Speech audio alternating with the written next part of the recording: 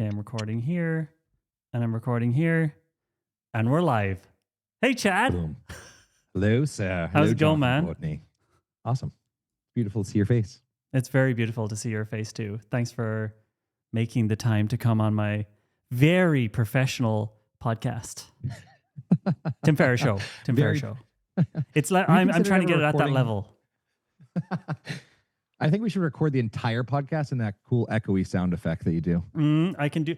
I don't know if the whole you thing. can hear it when I do it. Can you hear when I'm doing this? Oh yeah, enough.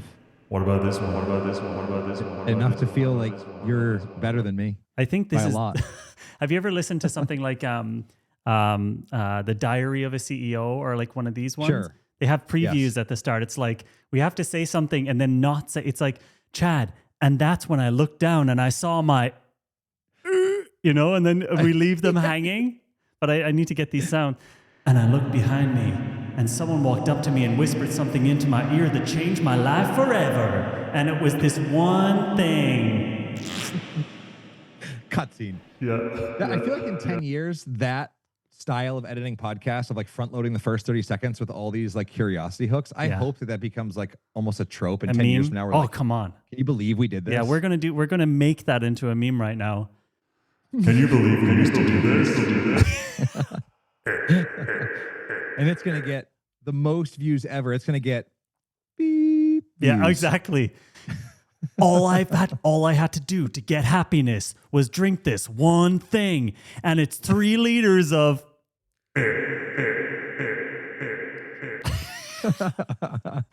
Piss. Oh shit, we left it in.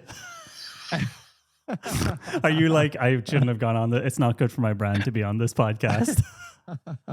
Hey, I do drink. I review drinks on this podcast. I decided to have an American vanilla Coke. I have a vanilla Coke here. It's not going to be ranked in the rest of them, but we're going to have a vanilla Coke here.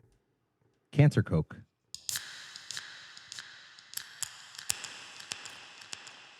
That sounded so medium level satisfying. Don't call it Cancer Coke. That makes me not want to drink it. Influences your perception. This Coke. Oh yeah. Hey everybody. Welcome to the Unscheduled Welcome to the Unscheduled CEO podcast. Today I'm here with, what was that? Did you hear that clicking noise? Was that from me? Oh, fuck. Is it back again? This fucking clicking noise. I am here with the amazing Chad Littlefield, who's become a good friend of mine and also a mentor whenever I need to do any sort of public speaking. In fact, my recent talk that I talked about where I did a talk in Oslo, the beginning of it was completely inspired by Chad's way of doing facilitation and public speaking, which I think like I didn't understand about you until we'd spent 2 days together, where you were looking at what we were doing and I was saying, fuck, we need to do it more like this. Oh my God, we need to do it more like this. But to you, it was really obvious. And so I don't know, how do you, like, what do you call your, like, what are you? What do you do? Who are you? Do you answer that question when people ask you on a plane? On a plane? Yeah. What do I say? I don't know. I was teaching, I recently hired my sister to like handle all the customer service of the business. And she was also like, we're siblings. And she's also like, when somebody asks me, what do I do? What do you? And it's like, it's more easily I think creative entrepreneurial types who have multiple ventures, it's more easily described as like this one line of my curiosity and venture. And so like, on one hand, if I'm on a plane, I'm like, I created this set of conversation starter cards that like took off and did really well. Okay. And sell all over and wrote a book called Ask Powerful Questions. And I, for the last 10 years, traveled around and spoke about that. So that's like one layer. Yeah. The layer that we met over, and this idea is kind of what's like from the past decade of becoming a professional arms uncrosser, like walking into rooms full of people who were like, maybe grumpy, they were at work, they didn't actually want to be there, their boss made them be there. And maybe the only person that wanted me to be there and like facilitating a training or leading something in the room was the one person who hired me. And they watch like, 30 YouTube videos, they love it. But everybody else is just like, oh, like, can I get back to my job? Another fucking thing I have to do where I have, like, Right. I could be sitting at my desk or sitting at home right now pretending to work, but now I have to be sitting in a room with this fucking guy and I actually have to do stuff. Yes. Or even more usual, I have to just like listen to his opinions of how I should live my life through a PowerPoint for the next 3 hours. Yeah. Right. Like that would be the standard like training. And so at some point I realized like there is not anything that I could say to convince them to uncross their arms. And so I started just inviting them to do different things. And it was like much less work for me. Yeah. And they ended up opting in after they had a good experience. It was like just give them a small good experience to start and then roll up from that. So what we landed on, like labeled this idea is the entire concept of the contribution method. The contribution method. This one method helped me to lose 10 pounds and made my penis also much bigger. And it's called Yeah, exactly. It just takes 3 steps. It's about drinking 1 cup of beer. I actually have to take off this hoodie. I'm sorry. I'm getting very warm here. I'm getting steamy. Yeah. Let's see it. I got to move out of the way in case all of this comes off, you know? No. We don't want those people let us see it. making weird AI deepfakes of me. Look at the YouTube analytics, and this just have a spike right here. Yes, exactly. You can look at my trampoline that I never use in the background. Ooh. Hey, you really? Oh, funny. It kind of looks like your microphone is bouncing on the trampoline. Hey. So fresh. You are one of the very few. Okay, so here's what the thing that I think your superpower is taking situations where people like speakers or facilitators are going in to do a session with multiple people, I guess large group gatherings, and making those large group gatherings just 10 times better than they would be without your advice. And so an example of this is every single event that I've done since I met you, you'll get like a long voice message from me the day before or the morning of, and I'm like, Chad, what should I do? And I have like an entire notebook full of your like, you know, opening statements and things that you can do. And a perfect example of that is I mentioned that I went on stage in Oslo and every other speaker, not that any of the speakers were bad, right? Not that they were bad. Sure. They sucked. Not that there was any issues with them. They were shit. They should have just given me all the money. I went up on stage and the first thing I did is I talked to the audience and had them do a little exercise. And so they went from being quite like, I'd say cold. You can watch the video on YouTube. It's Why Oslo, Jonathan Courtney, and you can see it's not like the easiest audience to work. And in fact, I was warned that they would be a chilly audience to work with. But your opening idea for me, which I can't even remember exactly what it was, but it was like, what was the last meeting experience that you remember that makes you feel angry or something? The point was the energy was redistributed to them and wasn't on you. Yeah, exactly. So I came up on stage, didn't introduce myself, didn't do anything, immediately gave them something to do. And after that point, the whole thing was easy. Yep. It was so much easier. So like, yep. And you, when I show you one of my workshops or one of my trainings, you still think that I do too much. And I think, what is like the percentage when you're doing these things? You're like 80-20 them collaborating or them contributing and you contributing. Like, how is that? Like, what is the way you split it up? I'm burping. I'm sorry. Lots of burps. Building up here. Cancer Coke. 80-20 is like the aspiration, because you know, if you set a goal, you're going to like make this much this year. If you set a high goal and you miss it by half, great. You still did great. And so similarly, like shooting for 20% me doing the work and 80% them doing the work, I often will land, because you and I both, I think, with a group, have the gift of gab and improvisation. We like can to talk. roll and flow with a group. We do. And so we love a chat. If I shoot for 80-20, I end up at 50-50, which I think is Yeah. like a perfect ratio Yeah. for a dialogue, right? If I talked 80% of the time this podcast, it would suck. I But agree. if we land somewhere around 50-50, right, that's a conversation. There's no one's interrogating the other, no one's dominating. And so I think the same is true for a group. So get them to contribute 50%. And then all I'm doing, like what I'm saying, is just in response Yes. to what they're telling me back. Yes. And so it actually literally is a conversation, even if it's an arena with 5,000 people. Yes. It still is a dialogue back and forth. Because I was freaking out. I messaged you just before the Oslo event, and I was like, I think I sent you a voice message the day before, and I said, "Hey, Chad, I know this was fine because I did an event with 35 people, but there's 950 people in an auditorium where I'm going tomorrow, and I won't be able to hear them. And so how the hell am I going to do this?" And you were just like, "Yeah, that's no problem." And Zero problem. Yeah. Can you talk about, like, there's speakers listen to this podcast, I think. Like, how do you do it when or you told me how to do it, but I'd love to hear it from you. Like, why is that not a problem? Well, the only thing you need to know, the absolute best way to interact with a large group audience, and the only thing you need to know is beep. Yes, he did it. You got to listen to till the end. No, this is so for both of us right now. Let's just do like the math of a gathering in 2 seconds, and then we'll stop doing math. If you have 9, can we round up to 1,000? So there's 1,000 people in Oslo. Yeah. If you're the only one talking, there's one person talking.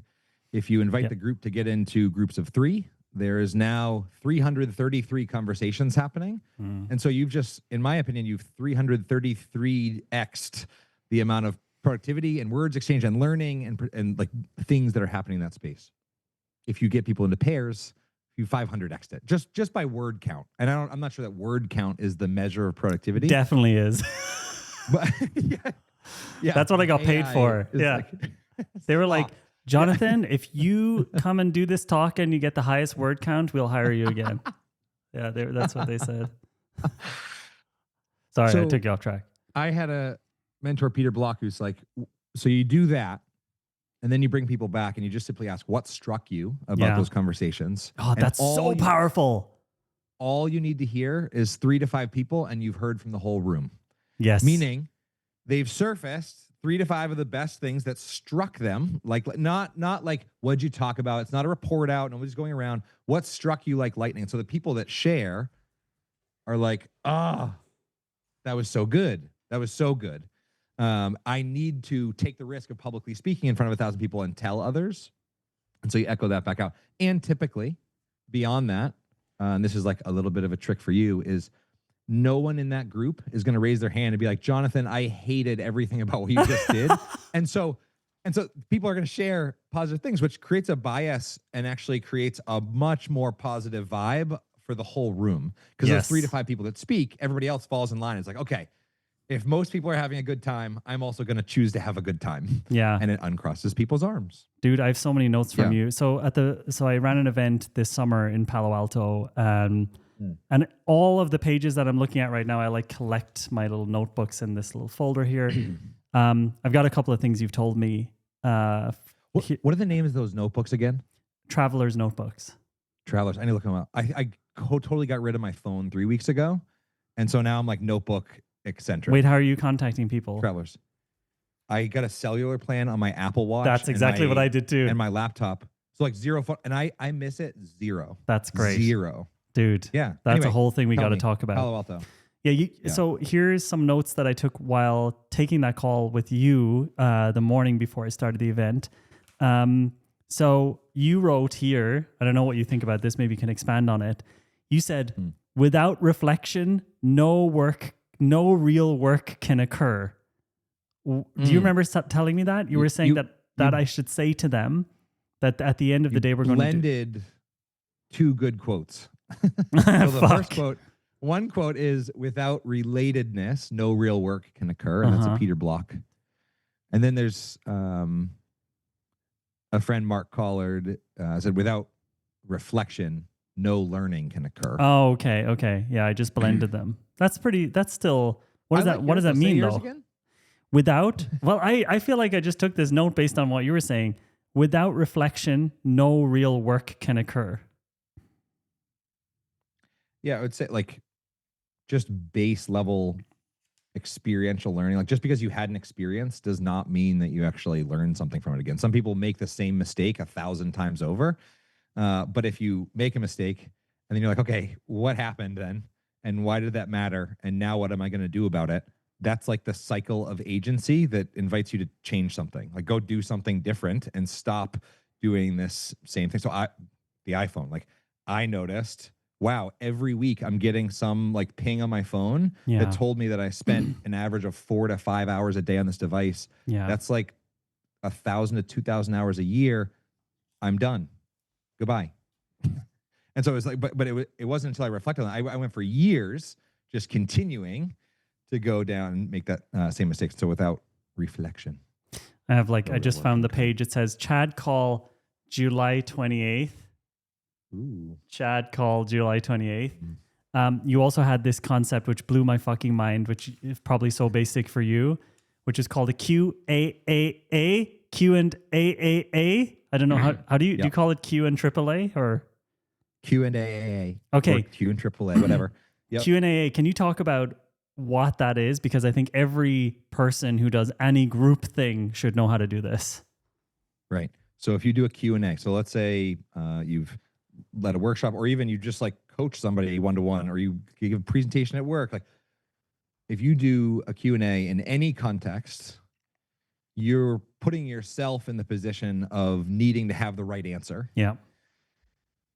And you're also discrediting everybody else's brain. You're saying everybody else in the room is worthless exception for me. Yeah, Their which is true. perspective is worthless except for me. Yeah, which is true. Is totally true for in your case, right? Yeah, yeah. In my case, it's true, but we could. Yeah. Well, let's talk about. So all it is. No one's gonna listen to this podcast. Like Jonathan and Chad just talked over each other. I've been hiding a lot of burps. Q&A. Yes. And you can, if you want to lead a Q&A, you could also do that. But the idea is you invite the group to sit for 10 seconds, come up with a question, and then to ask that question to you, you listen to it, and then you say, I have a response to that, but I assume some of you also have some responses that might be useful. And so take another 10 seconds, think of what your answers to that would be. And I'm going to take, the way this is going to go is I'm going to take a question. I'm going to hear 2 of your answers popcorned out, and then I'm going to be the third A. I'm going to be the third answer in that. And that's it. It just, it increases the quality of my answer because I'm able to think and build off of that. It also gives me a sense of like how people took that question and what's important to them in the room. But it's also like a lot less work. It's so like the reason that I wanted to talk to you before, the whole context around why I wanted to work with you was I was running these training events, which were very, very stressful. And at the end of the day, I was completely ruined after, like I was done. I was like, I literally said to you, and it was unrelated. It was unrelated to what we were doing. I said, I'm never going to do this event again in Palo Alto because it's just so draining. And you were like, why is it so draining? You just didn't understand it. Because you do those things. And the funny thing is, like, if you think about that simple thing, the QA, when someone asks me a question, normally I answer the question, give them a detail, and then the next person asks me a question, then the next, and I'm talking for like 30 minutes. With the QAAA thing, in that 30 minutes, I'm talking for maybe 10 minutes. And so even just saving my voice, it's an amazing tool. It's also, the 10 minutes that you do talk are going to be more relevant and higher impact because you've based it off of the context that's just happened in the room for the first 20 minutes as well. And had the thinking time. Like, sure, you can improvise really great, but also if you had 10 minutes to chew on, and to be fair, the way I do set it up, I don't think if somebody's paid to be in a room and learn from you, they might actually get frustrated listening to somebody go on a 10-minute rant about stuff that they don't think is really that valuable. Why would they be paid to be in a room to learn from you? No. I misspoke. They would pay. I want that shit. You. Yeah. Paid actors, you know? They're just paid to go in a room and listen to you okay, but yeah, if someone's paying, that's a worry I had. Yeah. So how do you get around that? Yeah. So, two things. One, the AA, the first two A's, doesn't have to happen in the large group, depending on the quality. Now, I think if you, the best gatherings have people that want to hear from each other, Yeah. and the best questions, everybody's curious to know what everybody's response in the room is. So, for example, if I gathered a bunch of like professional coaches, consultants in a room, and I asked the question, what is one of your best strategies for getting clients? If everybody would really want to know everybody's answer to that question in the room. And so, whereas if I say, like, can somebody share a story about my life? Nobody's gonna want to listen to that. And so choosing that prompt and making sure that it actually can put people in a position of their own expertise. It doesn't have to put people in a position of your expertise necessarily. Mm-hmm. Right. Well, what about, I mean, I know you probably have a pretty good answer to this because I asked you this but I've forgotten. So a client is paying me or you a lot of money to turn up to be a subject matter expert. Like I'm getting called to do a facilitation training, right? They're flying me out. Yep. They're spending a lot of cash. And the worry I had, and the worry I had when I did that event, because everyone was paying like $14,000 per ticket. The worry I had is like, oh, I feel like I should give them as much knowledge as possible. But this event where I gave them the least amount of knowledge possible worked better. But like, how do you not get scared that you should just dump all the information? Like, why shouldn't I just do info dumps? And like, what's the advantage of not doing info dumps? So firstly, you said they paid $14,000 to be in the room for a facilitation training. Yes. Because you're better than anybody else that I know. You're better at framing something that's valuable. So you took for me this method that's like obvious. Like I take content into my head, pop it out as something more engaging, experiential. This is just like very simple, obvious to me. This was useful to you. Yeah. I have been teaching this for a few years, but the reach that it had and the impact that it had, like, got amplified when we sat down and really got clear and like gave it a name and a framing or whatever. Yeah. So better than anybody in terms of framing, they didn't actually pay for facilitation training. So the people in the room go a layer deeper than that. Why did they actually pay to be there? What do they want out of it? From your let's just say from your knowledge. What do they want from what they think is in your brain?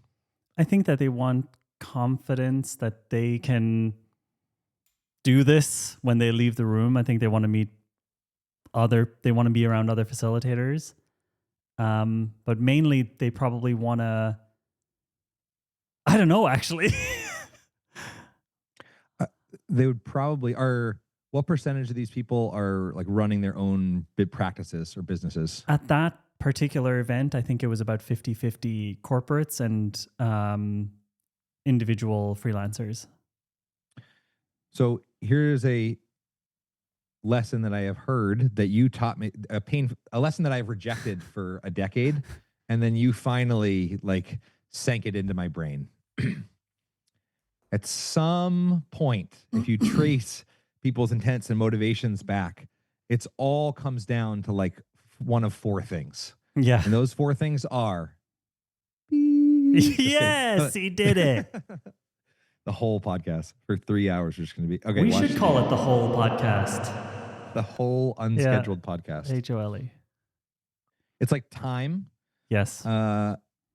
Money for sure. Yeah. But this is sometimes this is like a slightly quieter one. So particularly, I think in my space, like my audience and group, they're very impact, mission driven, focused. Yeah, they don't want to say it. They don't want to say it, Yeah. but everybody wouldn't mind making twice as much as they make right now.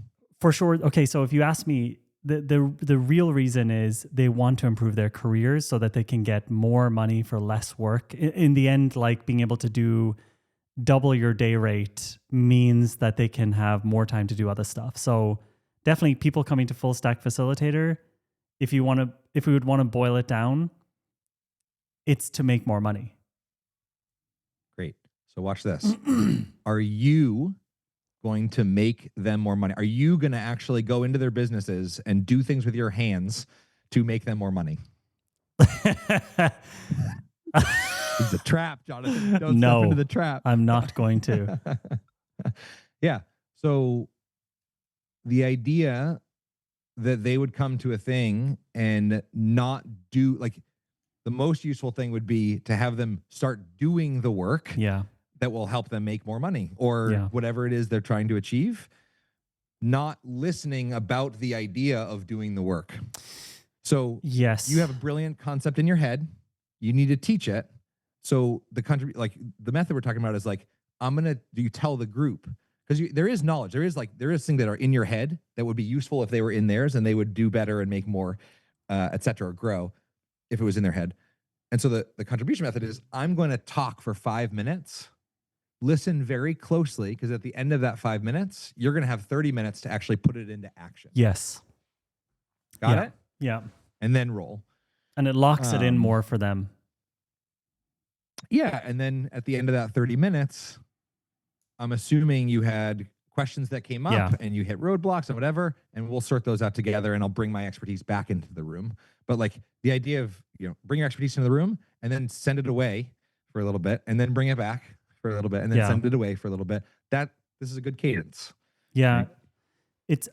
It was really cool to see. I was nervous, to be honest, like going into Full Stack Facilitator with the intention of doing this contribution method thing more. By the way, anyone who's listening to this right now, if you don't know what is there something on your website, or is there a YouTube video about this thing? There is. They can probably, and soon it's become like much more of a thing. Which we should chat about, actually. I've had thoughts. Oh shit. You've unlocked something. I unlocked it.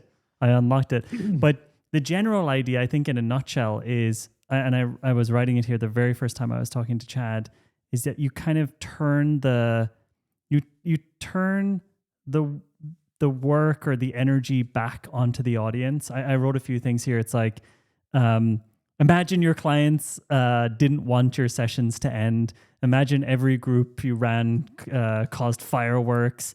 Stop giving talks. Start running hyper engaging group sessions, which, by the way, has been really good for us selling to clients. It's like, we're not just going to stand around and tell you stuff. You're going to be doing things the whole time, which we used to say, but we didn't actually. A lot of the time, it was still very heavy on information, whereas now it's way more, the audience contributing. And yeah, I think that, in a nutshell, for me, the contribution method is the idea of turning it around, and the audience is doing most of the work, and the speaker is almost like just a conduit for making that happen, or a catalyst for making those conversations or those things happen. There was also a lot, what I never did before as well, was I was telling you that was one of the things. I was like, dude, these group sessions at my event don't work. Like, that's what I was like, I have these, they don't work. It's a fucking nightmare. People start getting bitchy with each other, getting annoyed. It actually makes the whole thing worse. What I was telling you, like, because you were like, why aren't the people doing little things together? And I was like, because it's fucking annoying. And then you pointed out that the groups were way too big as well. Like the things we were getting them to do, and the size of the groups was just like, so what would you recommend if you have like 30 people? How do you split people into groups, and what kind of things work and what kind of things don't work? I can't believe this is actually becoming an educational episode. We should talk about absolute bullshit soon. I didn't think so either. Anticipate this. I do have in a little bit. I'll segue us with a question maybe. So first of all, the more highly engaging thing, like, cool, I'm glad that's working for pitching. I realized bringing it down, what you helped me unlock, and it was actually quite uncomfortable to stretch myself to, was, first of all, this method I created out of necessity, because I was so panicked and anxious before leading sessions that it was like, it became paralyzing. I was really good in the front of the room, but behind the scenes, I was just a hot mess. Yeah. And so, for me, I had my coping mechanism was like procrastinate my preparation or even thinking about it. I would literally push the thing out of my mind until I was on the plane to go to the thing. And so for me, it was like cutting my prep time in half at minimum. So the symptom isn't just about engaging groups. Like, selfishly, cut my prep time in half. I know way too many people who are professionally running groups in some contexts, and they're spending like days and days prepping for something. Like I never, ever prep for a session for longer than 15 to 30 minutes now, ever. Yeah. Right? And you've cut mine down to, it was already very little, but it's even less now. I just feel more confident that I can. And the reason I was able to go on stage in Oslo and just improvise was because I had your little couple of little sentences and questions in my mind that I could just pull from. I think it's like having that in the back pocket so that you don't need, which that comes with experience. So okay, Yeah. we've mostly been talking about the mindset of like, metaphorically flipping the podium around Yeah. and saying, hey, in a room full of 1,000 people, you have 10 years of experience. That's 10,000 years of experience that I don't have. So I'm going to ask you things to dig in and access some of that, because it would be really stupid if I was the only one that talked. Yes. Just right. I have 10,000 years of experience, but I know that we're talking about normal facilitators and speakers here. Not the king. Yeah, not the king. Facilitation. Yeah. Anyway, but the second one, and this was, I'm still actually uncomfortable with this. I think you've become much more comfortable running facilitator.com and AJ and Smart. Is anecdotally, I noticed that every one of my engagements turned into at least 2 others because of this method that I was using, because they were really engaging. People loved it. And people would come up and say, even in the middle of the session, oh my God, this was amazing. I haven't experienced something like this.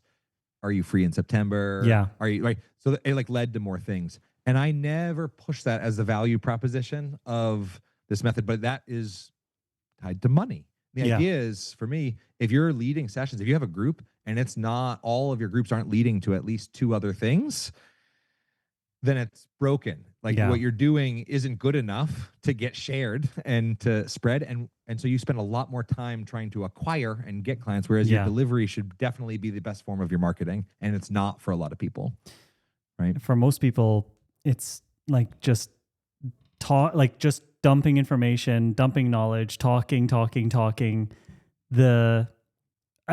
What I noticed for most people, and including myself in the past, is the audience participation is very stilted. It's like, now I talk, now it's the audience. Now I talk, now it's, and they're completely separate, like, siloed off things that don't flow into each other. And I think what you do well when you're designing sessions is that you can't really tell the difference. It's just flowing into each other.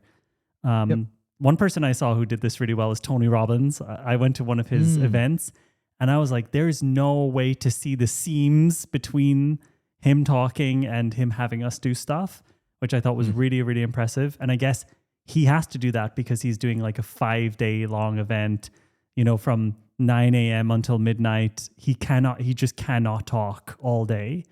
But it was interesting after hearing how you do things, now watching how also like certain bands, like Coldplay, for example, they'll like have the audience take over some sections or whatever. And it just makes you as the audience member feel more excited, but the band members or the speaker just more chill.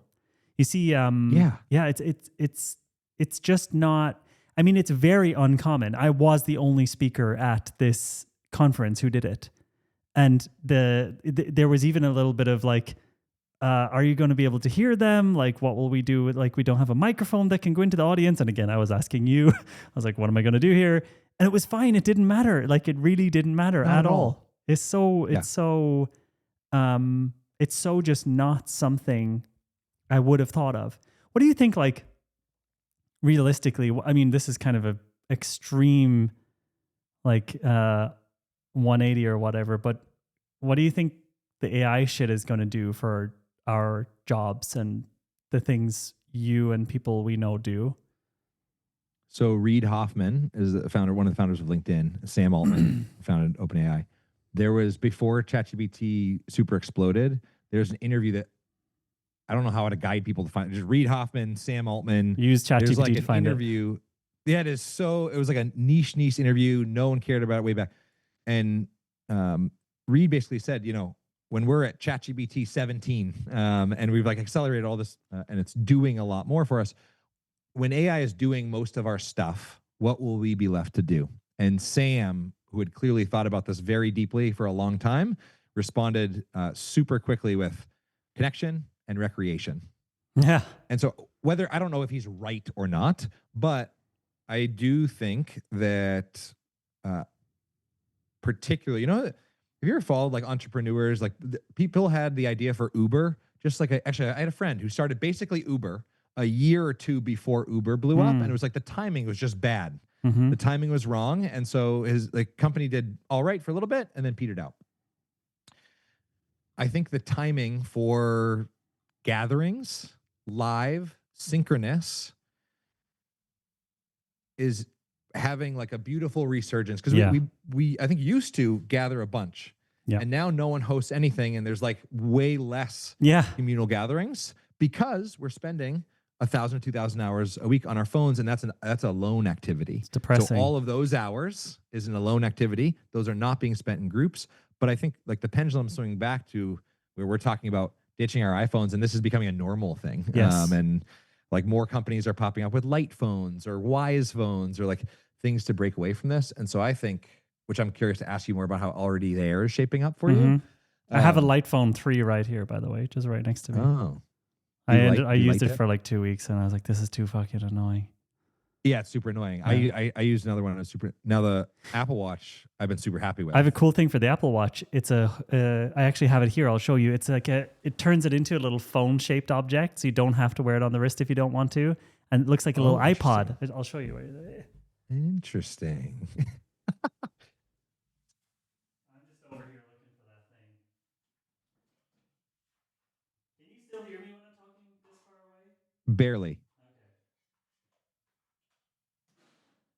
I can't find it. I don't know about this idea of creating. Someone's making money right now creating a device to turn a watch into a phone shaped thing. But it's cool because you still can't really use it, quickly. So it's still like it's still basically like a dumb phone, but not as annoying as the light phone. But yeah, sorry. The light phone, the wise phone, I found annoying because they didn't have the tech of, like a 60-year-old. I like to just voice text into my phone. Also, iMessage so doesn't the watch work. is great for that. What's that? iMessage also doesn't work on it. Right, exactly. So you can't voice text. You can't. There's all these things that are quite annoying. Dude, I'm sorry. I got to open the window. Anyway. So I'm getting stuffed up in here. Just do it. I'm all stuffed up. Do it. Stuff it up. Unstuff it up. Dun, dun, dun. What did you say? You feel the freedom of the evening Berlin air? Dude, it's been snowing for the last 5-6 days. It's really nice. It's very, very nice. We moved to a very snowy place on Lake Erie, and I don't think I noticed this in my life, but snow makes things very quiet. It's like a giant acoustic panel. Yes, it's really nice. Absorbs sound. When you're it's in a forest, when it's so beautiful. Yeah. But you can't go swimming, right? I went swimming all the way up until December when the water temperature was 0 degrees Celsius, which was very uncomfortable. Oh my God. But I did it. And then now it's I have to break through ice, and then you crash into an iceberg, and that's not good for your face. That's not the vibe. No swimming. But I do agree with you from a pure business perspective. I'm very much all in in-person gatherings, investing a lot into it. Our gathering, so our Area X Expedition 1 thing that's happening in February is now sold out, which is beautiful. Very cool, considering there's essentially no information about it, and you can't. It's the most cryptic, impossible to understand product we've ever made. But there's definitely an urge that I'm feeling, that others are feeling, to gather, to meet other people, to get away from the phone, to get away from the laptop. I also think I've been thinking about this a lot. You know, the way people are talking about this idea that AI is going to make everyone lose their job. Yeah. Especially knowledge workers. I don't know what you think about this. I know you're an American, so it might be different there. But I don't really know many people who ever really work more than 2 or 3 days per week anyway. I know people working at companies, they don't, if they were just given 2 days to do what they do. Actual work. Yeah. Yes. Most of the time is not working. It's just, and you're not just going to be messaging your boss being by the way, I only have 2 days of work, so And since I remember starting out in the corporate world when I was 23 and being shocked that there was basically nothing to do, but we were all getting paid a lot. And now obviously running a business, I mean, it's not like I don't care, right? I don't want to be going around tapping people on the shoulder and asking them if they're actually working their 40-hour contract. I couldn't give a shit. But Yeah. this thing of recreation, whatever, recreation and connection, there's gonna be a point. I think the AI thing is going to have this, how it's like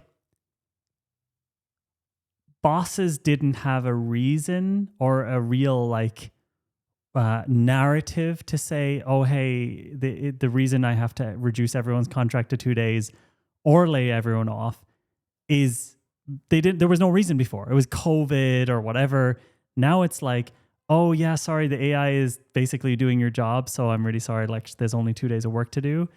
I think all this AI stuff is going to do right now is give owners and like CEOs of companies a narrative to actually start reducing people's work to the amount that it really is. And I think that's already starting to happen in places like Amazon. They had these huge layoffs and they were like, oh, it's AI disruption, whatever. But really, when you look at it or when you listen to people other owners talking about it, they're like, no, they've been building up people who needed to go and they're looking for a narrative. And I think this AI thing might be the perfect narrative for owners to be like, all right, let's actually make this thing what it really is. And I've been speaking to a lot of owners, a lot of CEOs, and just on the sidelines on X, reading and listening to a lot of CEOs who are definitely getting to that point. So I think a lot of the layoffs that are coming, a lot of the big, large scale layoffs and the kind of things where people are like worried that it's going to destabilize countries. I don't think it's because AI is taking jobs. I think it's because there was not a job in the first place. And we've just been kind of walking around it and pretending that there is really a 40-hour work week, which I don't think is necessarily a bad thing, right? I think that would be probably better if then we all just admitted it's actually just 2 days and then the rest of the time you can hang with the family or whatever it is. But it's going to be, I think, interesting and challenging to figure out how to do that financially, even for governments and stuff. I think it's going to be a wild couple of years coming up. I do think, I do think the next 10 years is going to be very, very uncomfortable for a whole lot of people. And the reason I feel comfy doubling down on gatherings is I don't know that. Okay, this is. Can I share this? Yeah, I think I can share this. So I have an uncle who is essentially lives homeless, and my dad, who lives very not homeless, like the other end of the spectrum. He's a doctor, humble doctor, but like he's done okay for himself. Basic needs very met. He'll go down to visit, and he'll be sleeping in a motel. I'm trying to think how I feel uncomfortable actually unpacking some of this. Let me check myself to see. If you actually want me to edit it out, if you want me to edit it out, it's fine. No. It's cool. It's good. So, because it's actually quite uplifting. So, my uncle, when my dad goes down to visit, the amount of community that is present in like the abandoned motel that everybody's kind of camping out at, like people who have nothing are sharing cans of food and they're coming together and they're like, the children's book, The Stone Soup. I don't know. Everybody brings like one ingredient. These two travelers come into a town and they're like, hey, do you have any food for us? No. Do you have any food for us? No. Do you have any food for us? And then eventually they're like, hey, everybody, we're making an announcement. We're making stone soup. We just need a carrot. And then somebody comes out with a carrot. Somebody comes out with this. And everybody contributes a little bit. And the whole town has a lovely, delicious feast. It's a very nice picture of socialism.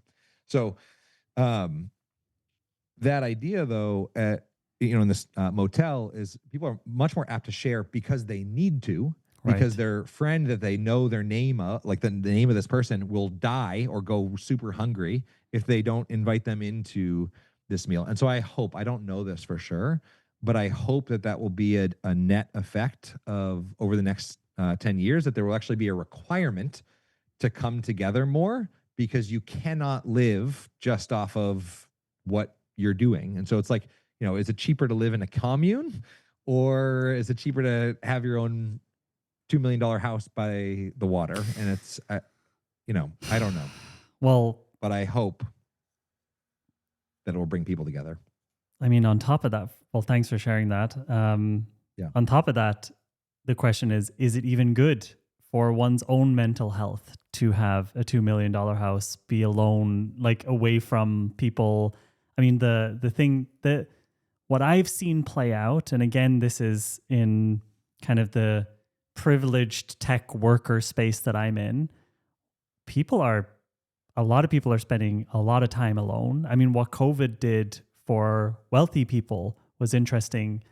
A lot of my friends in the tech space were like, you even did this, but I think it's different when you're with a family, but I don't know how it feels for you, but a lot of friends of mine were like, all right, we're going to be on our computers forever. There's no more in-person stuff. I'm moving to literally the cheapest middle of nowhere I could ever find. And they are pretty alone now. Like, as in there's obviously they thought everyone would come to them and we would all want to go to the forest, and no one wants to. And there's this kind of like, there was this, I think COVID created a splintering of a lot of society into a lot of individual silos of people just optimizing their lives around being away from everybody, not understanding the value of amenities and being close to people and community, and optimizing everything for convenience and comfort, which I obviously understand, but I don't think that the results have been very positive. But the results haven't been so negative that anyone would stop. Like, I now know a lot of people who are just kind of don't have any life in them anymore, but they're not like super depressed and going through hard times. It's just like a grayness has descended. And I don't know, like how did you seem from every time I've met you to be pretty vibrant and excited and happy about where you went. Like, how did you decide, like, you moved away from the city, but Yep. what do you think about this? Yeah. So I was living in Pittsburgh, and I think, taking the metaphor of, you had people in full stack facilitator in too large of groups, and so things were breaking down, because it's like, when there's too many cooks in the kitchen, it's like, oh my god, there's just too many. And then we just get resigned, because we're like, okay, if you want to do this and I want to do it, like, just forget it, like, you do it. Yeah. And we just get resigned. In small groups, there is the social accountability when you're with two other people. If you just bail or check out or whatever else, People know. you're really like giving the shaft to two people that are just real close to you. Yeah. And so as you were talking, I was realizing, like, yeah, the extreme of going, into the absolute middle of nowhere is one thing, but I moved to a small town called Fairview, Pennsylvania. Yeah. And I am finding the experience to be the difference of like working in a big group, being at a table of 15 people at dinner, trying to have a conversation, versus going out with one other couple. You can like really have depth. Yeah. And so I'm finding actually the social accountability of a small town, similar like a small group. And I think there's also people who do want to change things, like moving into this space.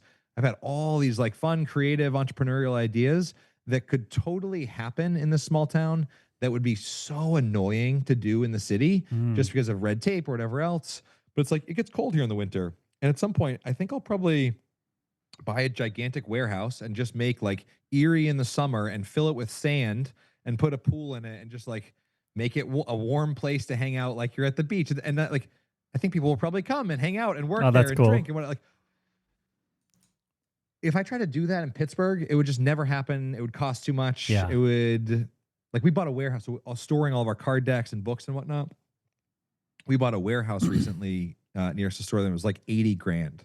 Oh, to buy a wow. warehouse. I was like, in the city, we just rented a warehouse because Yeah. buying a warehouse was too expensive and too Yes. annoying, right? So in other words, my response in sum to this is I think small towns are this underrated place that you do sacrifice like a bit of convenience and amenities. Like I probably need a new pair of like running shoes, but it's kind of annoying to go to the place to get the running shoes. So I just keep wearing my regular shoes to the gym and look like a psycho. And That's I'm why you fine were with barefoot in Berlin the last time. that. Barefoot on the broken Yeah. glassy streets of Berlin. But you keep yourself pretty social. Like your job takes you around the place. You're not like a full basement dweller computer person. Or have you? Are you becoming that now? Well, I'm becoming mindful of not becoming that. I think it's Okay, probably you have to work against it. easier. Yes. But the effect of that though is I'm now choosing my friends. Whereas when I lived in the city, like the people, whether they're friends or not, the people who I spent a lot of time with is like I'd walk the dog. Yeah. And now I'm chatting with like 12 neighbors as we go around, which was like it was a very friendly, vibrant neighborhood that we lived in. But the people who like I get fired up and energized and inspired by hanging out with tend to be like have a lot of agency and creative or entrepreneurial and so now I'm just finding those people Yeah. and seeking them out, and so the interactions, so I'm sacrificing breadth for depth, which Got is my it. entire framing for this year is like just which was inspired by Blake actually. Oh, Like yeah. Blake Lagrange being a mutual mentor of ours. We talked the first time and you were like, there's something bigger here, but like go talk to Blake and figure out what the signal is and not the noise, and then come back Yeah. and we'll do something. And he is somebody who is I think could definitely be put in the category of like seeking depth, even beyond just a mental or structural level, like seeking depth at a spiritual level and actually Absolutely. being guided by something larger. And so, yeah. What do you think? Wow. Have you also, or have you observed this? You mentioned we were talking about this sort of socialism thing, community thing, and then the exact opposite is the getting wealthy and kind of there's this like it's kind of it's a perfect opposite, right? Being kind of broke and you're mixed with other people and you have to work together. Being super wealthy, you can isolate yourself a lot, and you have the means to isolate yourself. You have a means to have a huge garden that no neighbors can come into and that you don't see anybody anymore. Or you have the means to have a bigger apartment and you just have the means to ignore and not see people. And I do think that this concept of third spaces, it's trendy to talk about it, places where people can go and hang out with other people, be it like a cafe, a co-working space, whatever it is. I think there's very few of them. I think Soho House is an example of one of these things. For a particular type of person, it's like creative entrepreneur, I guess, is their target market. But there's very little else other than that when you look at like global third spaces that you're actually allowed to hang out in all day. I became a member of Soho House because so many of my entrepreneur friends would always want to meet there. And one of the things that's so special about it is you can go there at 9 a.m. in the morning. You can go to the pool. You can go to the gym. You can go have lunch with your friends. You can stay there. You can go to the cinema, the movies.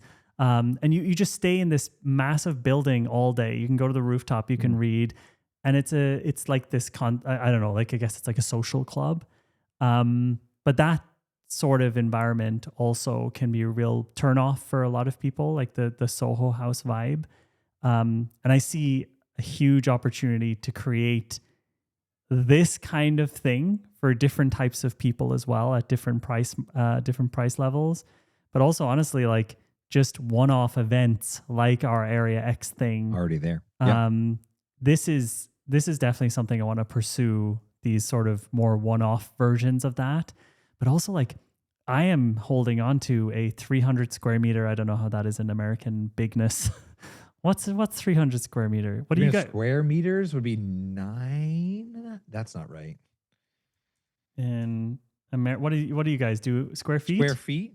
Are you talking about an apartment or an Yeah. office? Or apartment. An office, sorry. Do you guys do square? How do you 300 square meter? how do you guys do how do you guys do Square foot. Square foot. Square foot. Okay. It's that's 300 square meters is 3,200 square feet. Yes, okay. So my So that's like a decent, my house is 3,500 square feet. so yeah, So our like for an office with the amount of people you have, that's a big office. yeah, it's very stupid. So yeah, our downstairs office is 3,230 square foot. And yesterday it was just me by myself there, which is very funny. But I'm looking at that space, and obviously I should get rid of it, like everyone else got rid of all their spaces during COVID. But I'm looking at it and I'm like, is there something here? Is there something I can do with this that feeds into this idea of having, and I don't actually want to have a co-working space, by the way. I don't want to be fucking dealing with people and like having someone pay $400 a month. I don't want that shit. But I'm wondering what can be done with the space. And we've done some events in there. I'm trying to, I feel like it's part of the story, part of the bigger picture, but I don't know yet. So I'm just hanging on to it and paying way too much for it. So this is, okay. Can I tell you why I think the Area X Already There thing sold out? Yes, please. I bet you have some guesses too. Oh no, I mean, I want to know what you think. I think 98% of both the value and the success of the Area X Already There thing is yeah. No. I think it's in the invitation. So the invitation is 98% of the work. And I think this because I think this is an important part of the whole like contribution thing is you've created, anybody who hasn't gone to the site, you sent it to me and texted it to me. And I was like, I actually just want to already be there. The dates just didn't land. But I wanted to be there because as you go through the invitation and the form, it's insane in the best way ever. And so every question is filtering out the wrong people. Yeah. So the value, 90% of the value is whoever actually shows up to that thing is going to be really interesting. Yes. And if they just had a one-on-one for 4 days, it would be the most transformative event for people. Yeah. And so the invitation, the filter. So think about the third spaces and like who comes in that door. Soho House. I don't even know about Soho House. I feel like I live you don't know about Soho House? Seriously? No. I think it's. I live in the middle of nowhere now. But it's I thought it was such a famous. Okay. I mean, a lot of people don't like it because it's like too snobby, bougie. Exactly. Yeah. I get why people think it, and I used to think it in the beginning, but it's also just a great space to hang out all day. I think, did you ever see, there's a Dove, like shampoo soap. Dove did a commercial once where they had a big event in like a conference center and they put 2 doorways, they labeled them. One of the doorways says, I am not beautiful. And you could walk through that one. And the other one said, I'm beautiful. And you could walk through that. It's a tearjerker of a commercial. It's beautiful, right? People like go in there recognizing, wow, that's really a mean thing to say to myself. And then choosing the I'm beautiful. But then the person behind the I'm not beautiful door is like, no, you should actually come in here. Get in here, you troll. It's such a tearjerker.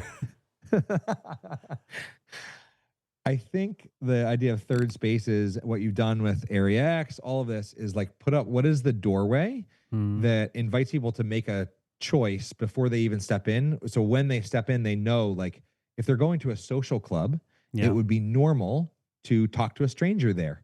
Yeah. But if you're going to a coffee shop and everybody has their laptop open, it would not be normal to talk to a stranger there. Yes. Yeah. And so you're recreating a temporary world of norms for that space. And so I wonder for the stone soup idea, I think my favorite third spaces are ones where there's like a collaboration. So somebody who wanted to start a food truck, they didn't have enough money or place to go. So they partnered with a brewery and now there's just a food truck parked at the brewery. And both of these entrepreneurs can survive in the same space. Not a co-working spot, but like there's probably 1,000 people in Berlin that want to start something cool and don't have the means. And so contribution method is like, you don't do all the, if you're going to ever turn it into something, like you don't do all the work to turn it into something. Like find 5 people who want to do all the work to fulfill their passion, dream, etc. That's actually a really good Invite point. them into the space. That's a really good, yeah. If there's anybody listening to this who's looking for a fucking beautiful office space in Berlin or parts of some beautiful unutilized office space, I think you got to be doing something cool. Like it can't be I don't know, like an SEO SaaS software or something. It's got to be something. It's got to be something interesting, and it has to be bad for humanity as well. That's important to me. Like terrible, like cancer code. Can I ask you possibly like annoyingly practical question that I didn't Yeah, get of to course. ask you when we were in Berlin? Yeah, of course. So probably the second reason I'm assuming that already their thing is kicked off, and this is true for anyone in this age that we live in. If you go to launch something and you have one person on your email list, good luck.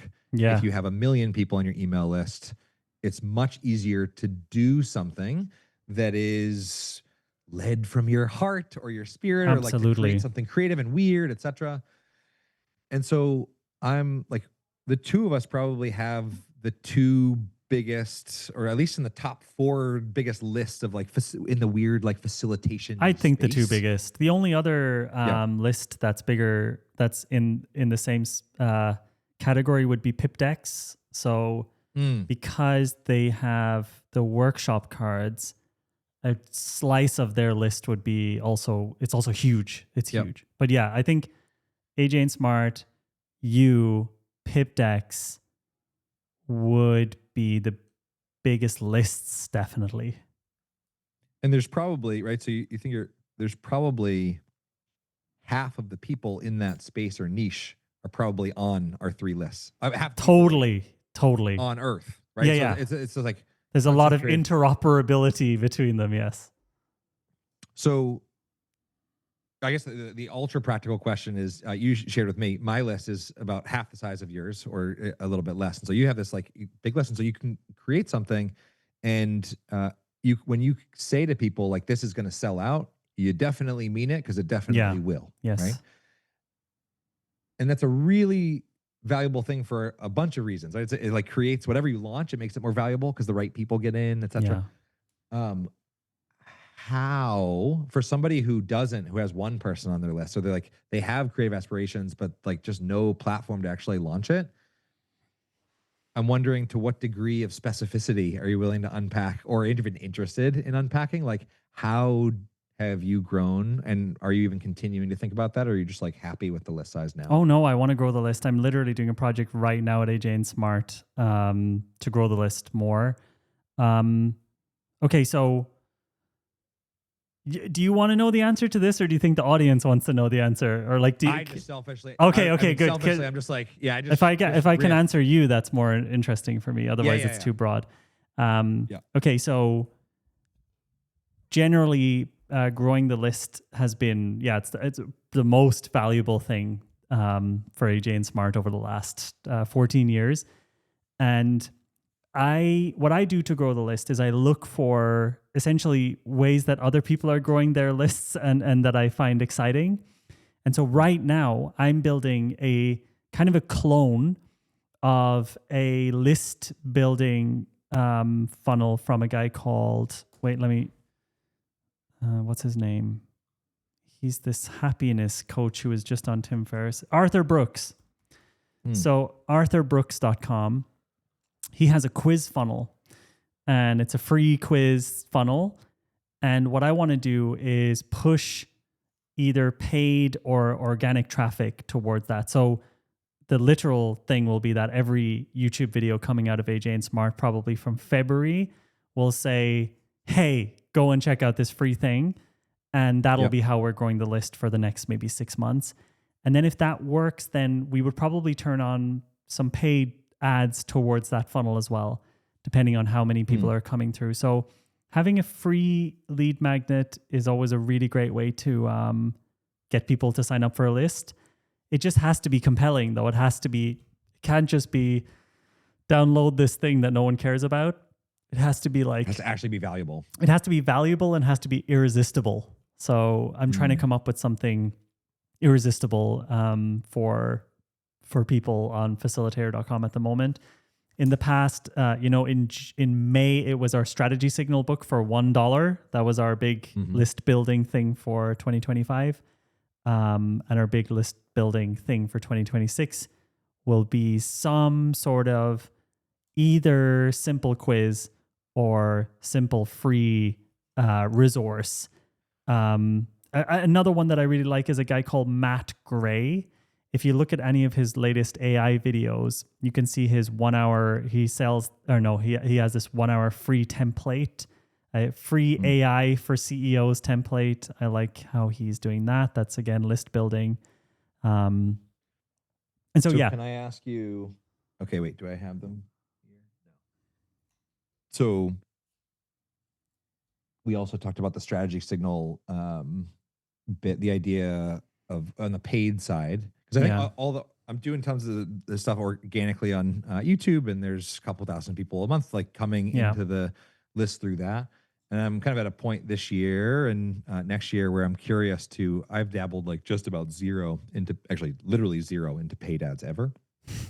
So thinking about list building in particular, you were talking about how, costs have gone way up. And so that like subsidizing the costs. Yeah. Self-liquidating funnel. Something small. Yeah. Self-liquidating. There you go. So we have these, we connect name tags that are just like far better than a regular name tag. Yes. My thought is that like no one cares about name tags. No one wants a name tag unless they are hosting and they're like a professional gatherer or they're facilitating something and so the idea is that we could probably spend quite a lot and lose quite a lot of money even advertising those name tags. But the idea is that it would be like the exact right people to be joining the list through that. Dude, and I don't know if that's just in my brain. Maybe it's just a printable. I don't know. For me, if I was like, I think I used this terminology a couple of times last time we hung out, where I said like, if I was if I was an investor in your company or if I was your CEO or something,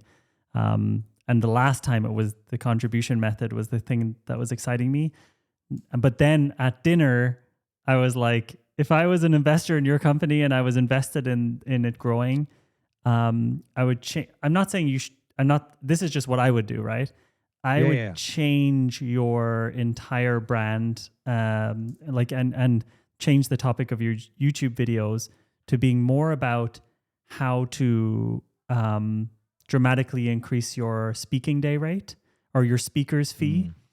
Because I do think that speakers at physical conferences are the rates are extremely high. Also, when the quality is really low, the difference is just that people don't get rebooked if they're not good. And so, I really found your advice to be extremely powerful. And so, I think I was saying. When I'm talking to other people, I'm like, Chad is the speaker whisperer. It doesn't sound good, but you're like you're the only person I know who can turn someone into a speaker that gets paid more money because they're more valuable.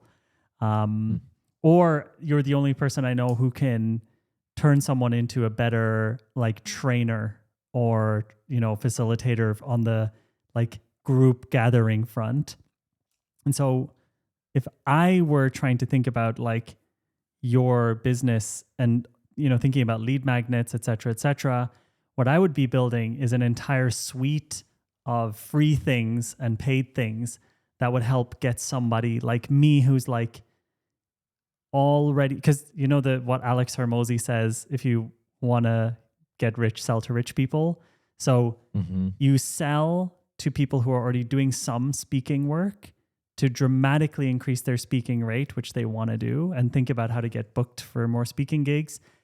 But the people who are not at that level get everything for free. So you're only monetizing the people like me, for example. And by monetizing people like me, so it's Robin Hood sort of situation, like we also only monetize the people who can pay. Like our clients can pay us $250K for a project so that we can still do loads of free YouTube videos. So I would imagine that what I've also noticed in our YouTube channel, like the general topic of collaboration facilitation, etc., is useful but very unsexy, and therefore not a lot of people want to watch these videos. And the topic of, well, how do you actually use these skills to become a higher paid individual on that topic? You're like really perfectly positioned to be that guy. And like when I was at this conference, I kept mentioning you. I was like, yeah, it was because people were asking me loads of questions afterwards at the speakers dinner. And first of all, people were shocked how much I got paid. So that was one thing. I was like, people just don't know how much speakers can get paid. That's one straight up thing that you could make, transparent to the audience. I think people don't know this. And then because, I was doing talks at conferences for like $2,000, $3,000. And then I won't say the person's name, but then I was hanging out with someone and he was like, oh, I just got paid $45K for this talk. And I was like, what? I got paid $2.5K for the same fucking thing. And it was because he asked, right? And he asked, and obviously he had experience, et cetera, et cetera. And I wouldn't have been able to get $45K, but I would have definitely been able to get 15. But I didn't even know to ask. I didn't know how to be valuable. Like if someone if someone could, I'll just give you the full picture of what I'm looking for, right?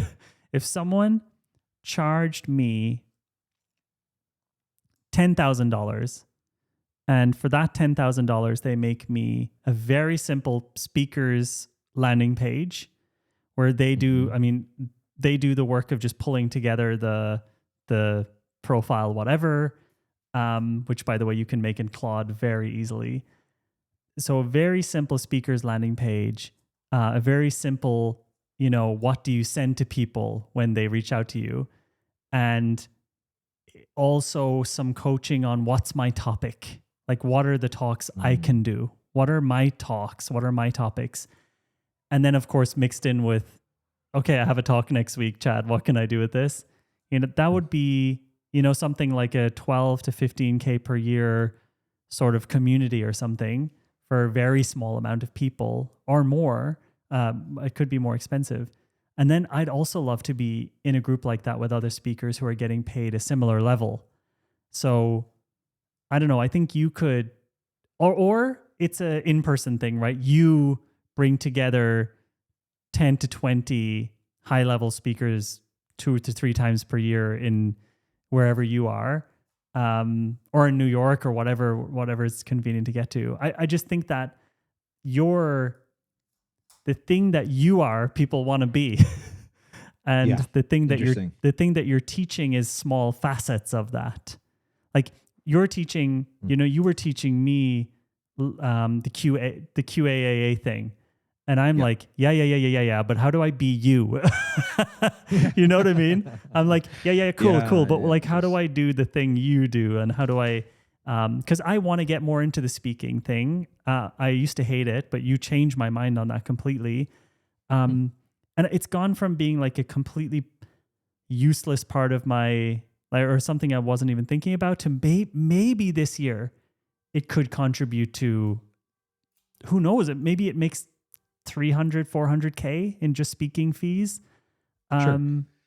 I don't know. This is me just rambling about, that all comes back to, you know what I mean? Speaking is also like similar, even more than a list. So great to have a big list, but if you speak 300K of speaking fees so you talk to 10,000 people and they all spend an hour with you, uninterrupted, not multitasking, that level of attention, like you toss one invite out at each of those to an area X thing. And then, so it's like speaking, that is a self-liquidating. Speaking is a self-liquidating funnel. A self-liquidating funnel. Dude, I didn't know. I just didn't know. Honestly, I stopped speaking for years. Then COVID was all virtual, so I just didn't want to do it. And then 2025, I started getting back into it. And I was like, wait a minute, it's fun. I get paid shit tons of money. And I have a captive audience of 1,000 people listening. I want to do more of that. And so that's why I keep sending you ridiculously long voice messages. Well, like now all the speaking gigs, for me, it changed everything from like a nerve-wracking performance to a laboratory that I'm super excited to go Yes. experiment with and like see what Yes. happens. Like, ooh, I don't know. Like I'll toss out this problem, see what occurs. It's, dude. That's interesting. Yeah. So I've been thinking about it maybe slightly differently. The idea of like okay. So I do what you just said. For the past like 3 years, I've done privately just a like 50K one-on-one Yeah. mentoring for a period of time. Yes. And I'm learning, and since we actually named the contribution method, and it wasn't just like the default of what I did and the actual practices since I named it, it's also like blossomed into so many beautiful things that are like have added clarity, made me really excited. And I've got over the break, I have a half-written book around this idea. There's like lots bubbling there. And I'm realizing that the people that turned up to the contribution method course that we invited people together in collaboration, they were like the exact right people who are interested in the thing that you just shared. And so instead of creating the whole like funnel from scratch, like there's already this funnel of the contribution method that people really love. And then my leaning is to be at the end of that, just subtly mention like, hey, I take on 3 to 4 people a year to help quadruple your practice. If this is something that's interesting, let me know.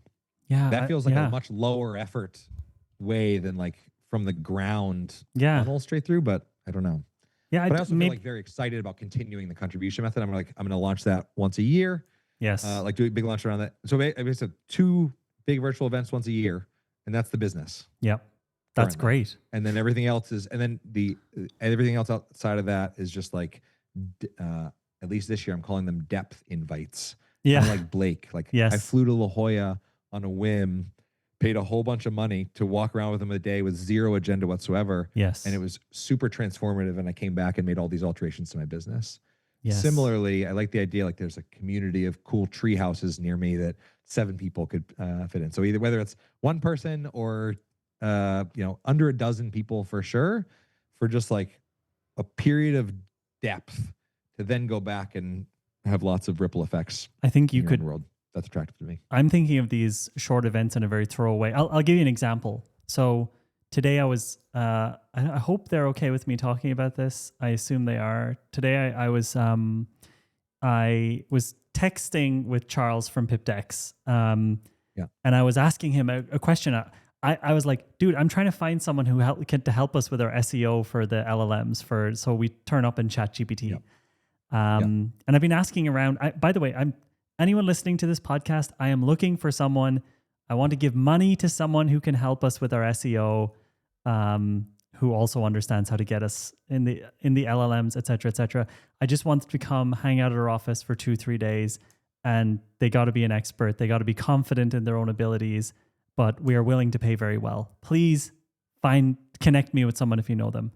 But I was texting with Charles, and then he was like, dude, I am so deep into all this AI stuff. And long story short, we ended up having a call, and myself, Charles, and Jacob, his business partner, they showed me things that they're doing with their AI tools that I've never seen before, that are like 10 times, a level 10 times more like technical and cool than I'm using them. Interesting. And I was like, at the end of it, my brain was completely, I was so excited. I was so hyped. And I've been watching YouTube videos and I've been trying to learn this stuff and nothing has clicked. And this 3-hour session clicked with me. And I was like, guys, we should do like a weekend virtual event where we just show everyone all the ways we're using AI tools to run our businesses, and charge for it, obviously. And that's how products get made at AJ and Smart. It's like a moment where that's how it happened with you. You were showing me the contribution method and I was like, holy fucking shit. People need to know about this. Yeah. And if I have that holy shit moment, then I try to, as quickly as possible, turn it into something that I can bring people to. And I'm thinking like, whenever these little moments hit you, it doesn't need to be a full product. It doesn't need to be a whole thing. It can just be, I'm going to hit up my audience, do a webinar, and invite people to a 3-day thing. And it's in 2 weeks. It can be very short notice. Yeah. And then you can see later whether you actually enjoyed it or not. it is like the human life equivalent of what like a social media strategist would say of like, post 500 pieces of organic content, take the 5 that perform the best, put paid traffic behind it. It's like, okay, All right, goodness. Gary V. But this is, I know, right? It's like, but that applied to things you actually do with your life, and you measure instead of or like view count, you measure like, did it actually make a difference? To what degree did I enjoy it? Was it fun? Yeah. The AI thing specifically, I have been separately, we've been in parallel universes planning this. My brother and I have been tossing around the ideas, calling it a company retreat, but instead of like a retreat for a company, you just launch a company out of the retreat. Yeah, love it. And not like a startup weekend, but it's just like, yeah, very much picturing fun vibes. Because at the summit I just hosted, we do this thing that when people find out about it, they absolutely love it. And it's like to the contribution method to the maximum is as the closing reflective session of the summit. It's like become a tradition now where we'll actually have the group collaboratively write a book together. So I'll set a 20-minute timer. I'll have essentially laid out 20 questions that if everybody in this particular niche and group answer these questions, all their answers would be super useful data to everyone else. So, what's one of your favorite coaching questions to a client? And then if 250 people answer that, you have a really good list of validated questions. And then I take all of that raw data, spin it onto a book, and we meet the next week and like share this and reveal it. And so my brother's working on an AI tool that will just do that automatically. So you just have everybody in a facilitation context, like ultimate contribution method. You just give everybody these questions. They have 20 minutes to do it. And then immediately it spits back the already written and structured book into a narrative, splitting out things out into different formats, and different questions go into different formats. That kind of thing. Like I would be so interested in, I mean, it could be very simple, like get 12 of the right people together and just everybody just gets to share a bit, and then you set each other free in small groups. And I also want to do a game jam. Last year I wanted to do it. This is where you essentially host in a space, like for example, my office, people come and there's like a competition to make a video game with a cash prize. That's something I also want to do. You obviously don't make much money from doing these things, but I just want to do them. I think like, I think there's just so many fucking cool things we can do. There's so many fucking cool things. And the AI stuff I think is very empowering for just making these things much leaner. Actually, at the summit, somewhat inspired by time with you, we started issuing, instead of certificates of completion, certificates of contribution at the summit. And I was like, the tech. I started talking with somebody on your team of like, how are you doing the certificates? Like, that seems like kind of a logistical pain. And he had a very clever, creative way that it was set up behind the scenes. My brother, and don't tell him this, but my brother went off and took like literally a couple hours and built a whole system on V0. Have you used V0? No, what is it? I'm checking it out right now. Dev. It's like lovable. It's a AI coding development thing. But like whether you want to code a landing page or an app or literally whatever you can imagine and type in that can be created with software. So we create this, little tiny applet that you take a quick 10-question quiz related to content that kind of vibes around the summit, and then immediately afterward you get your personalized certificate of contribution, which you can download or share. Right there, it's like a super simple applet. But there was a time, talking about people losing their jobs, there was a time that if we wanted to build that not so long ago, like such a nightmare. Oh no, dude! 4 years ago, when we were trying to get the people's names on certificates for the Design Sprint Masterclass, which was selling like thousands of copies every month, it was manual. It was just manual inside in like a Photoshop file, writing in the names. It was insane. Like, and we would have to like hire developers to make all these things that we can now just make ourselves in 20 minutes.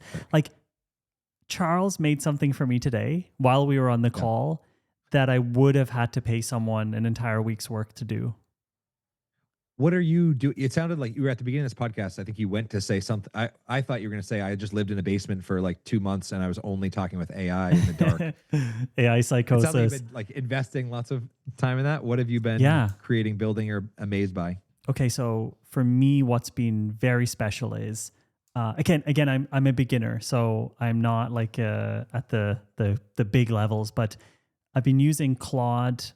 I've been basically creating different project files, but one example is one of my project files is called like a Jane Smart Marketer, and this project file just has ludicrous amounts of transcripts of me talking, of our different books, of all of our stuff. It's like a full context of everything we do, plus instructions that I keep having it improve as I talk to it. And the most important element, the biggest aha moment for me, was using Whisperflow, which basically, if anyone doesn't know about it, you download it onto your desktop, you press the function key on your Mac, and you just talk, and it basically doesn't just transcribe what you're saying. You can be really messy and it will just turn it into a nice sentence. And I'm not using it to write to people. I'm using it to prompt to AI.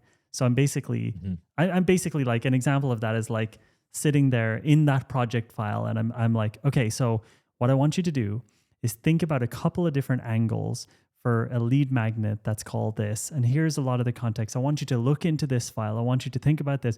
I want you to look at some of the transcripts from our YouTube channel. I also want you to look, and I'm just talking for sometimes 10 minutes straight. And so you have a ludicrously detailed prompt, which makes a huge difference. And then it spits something out that's extremely high quality, but then I can keep working on it verbally. And that has been extremely, so to be really honest with you, the sessions I've been having with Claude are more creative and outperforming when we used to have like an 8-person content team. Just to be honest, But like a unfortunate long shot. Yes. By hundreds and hundreds of percent. And that's unfortunate because it also makes me realize, obviously, I was lucky that I grew up with no AI. And so I had the opportunity to get internships and I was a junior at places. And I'm like, there's no more jobs for juniors.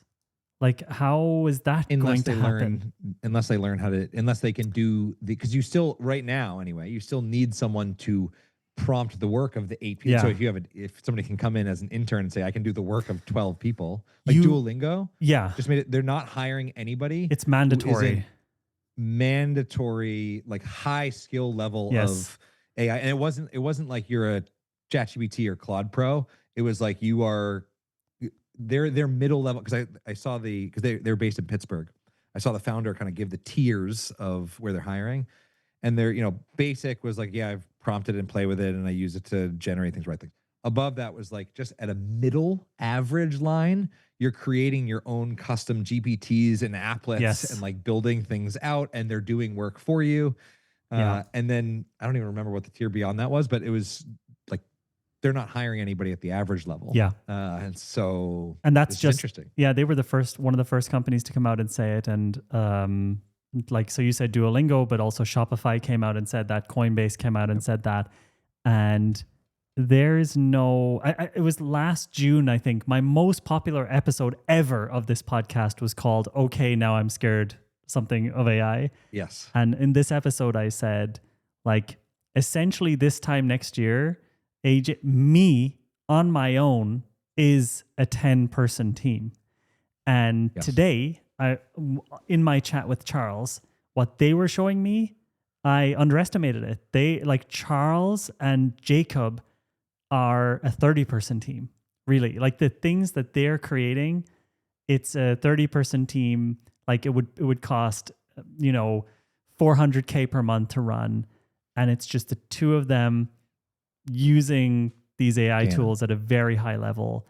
And now, I think the thing that I think is kind of, I don't know how, it's hard to say this without sounding like a shithead, but on one hand, it's kind of cool that there's so many people who think AI is shit and it's like doesn't work. And, I still have friends when I talk about it, they're like, oh yeah, but like it still makes mistakes. And I'm like, You're right. Oh boy. It does. Yeah. You should keep thinking that, because that Yeah, good thing people don't make mistakes. yeah, exactly. Yeah. But Yeah. I think that if you don't become native with AI tools, um, and last year, by the way, I bought a domain called Native 99 because I was going to do a mastermind on AI stuff. Then I was like, I don't want to actually. But if you don't become native, once every company realizes that the AI tools can do this stuff, which will take some time. There is inertia. There is a lot of Sure. like large corporates will take time to figure out that one person can now do 30 people's work. But that is going to happen. And if you're not ready for it, you're going to be taken by surprise when it's not just a 10% layoff of a business, but like an 90% layoff at a business with like 80,000 people being let go or something.